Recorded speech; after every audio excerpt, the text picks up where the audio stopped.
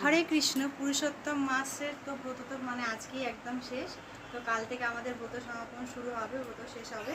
তো সোনামা তো একবারও ওকে মানে ও তো প্রতিদিন ভগবানকে পূজা মানে ফুল দেয়। তো কিন্তু এই যে এই মাসে কিন্তু 33 সংখ্যাটা খুব গুরুত্বপূর্ণ। আর এটা 3 বছর ছাড়া ছাড়াই এই ব্রতটা মানে আসে, পুরুষোত্তম মাস আসে। তো ভগবানের কৃপালাভ পেতে পেলে, বিশেষ কৃপালাভ আমরা যদি পেতে চাই, তাহলে অবশ্যই কিন্তু এই যে 33টা ফুল ভগবানের চরণে বা 33টা প্রদীপ বা 33টা এরকম তুলসী পাতা অর্পণ করা যায়। তো সোনামা আজকে ভগবানের চরণে 33টা তুলসী পাতা অর্পণ করবে। সোনামায় নাও, এই যে ভগবানের চরণে 33টা তুলসী পাতা অর্পণ করবে। হরে কৃষ্ণ কৃষ্ণ কৃষ্ণ হরে হরে, হরে রাম রাম রাম হরে হরে, হরে কৃষ্ণ কৃষ্ণ কৃষ্ণ হরে হরে, হরে রাম রাম রাম হরে হরে।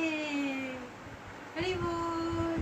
আপনারা সবাই এরকম 33টা তুলসী পাতা বা 33টা ফুল, 33টা প্রদীপ ভগবানের চরণে নিবেদন